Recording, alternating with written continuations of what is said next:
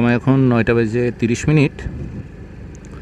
মাঝখানে একটু থামছিলাম, ব্রেক দিয়েছিলাম ছোট্ট। ভিডিওটা দেখলাম যে কেমন হয়েছে। স্টার্টিং হিসাবে ভালোই, কিন্তু মনে হচ্ছে আরও জোরে কথা বলতে হবে।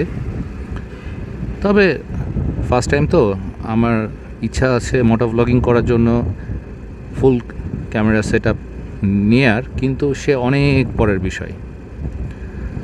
মিনিমাম তো 1 বছর আগে মোটো ব্লগিং করি টুকটাক এটা ওটা দিয়ে, হয় 1 বছরে আগ্রহ হারিয়ে ফেলবো, আর না হয় 1 বছর পর দেখা যাবে যে ফুল ফেজে অ্যাকশন ক্যামেরা থেকে শুরু করে সব কিছু কালেক্ট করে মোটো ব্লগিংয়ে থাকবো।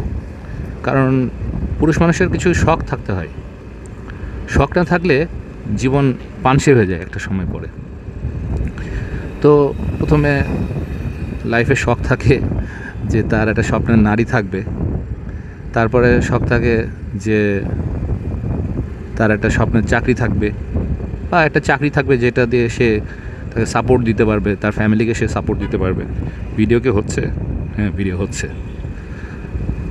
তো ধীরে ধীরে যখন এই স্বপ্নগুলো পূরণ হয়ে যায় বা শখগুলো পূরণ হয়ে যায়, তখন আরও শখ আছে কিছু, ও সব কিছু ডিটেলসে না যাই।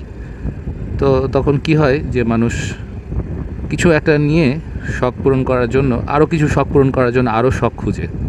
ছোটোবেলায় আমরা যখন লিখতাম যে ইংলিশে লেখা হতো দি হবি, বা হবি বলে হচ্ছে একটা এসে, প্যারাগ্রাফ এরকম লেখা হতো। তো সেখানে যেগুলো লেখা হতো সবই হচ্ছে ওই গদবাঁধা বইয়ের ভাষা।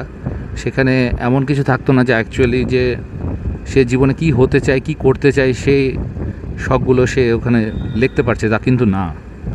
মানুষের বয়স বাড়তে বাড়তে তার শখগুলো ধীরে ধীরে ধীরে ধীরে চেঞ্জ হতে থাকে। লিখতে হয় যে বড় হয়ে কী হতে চাও।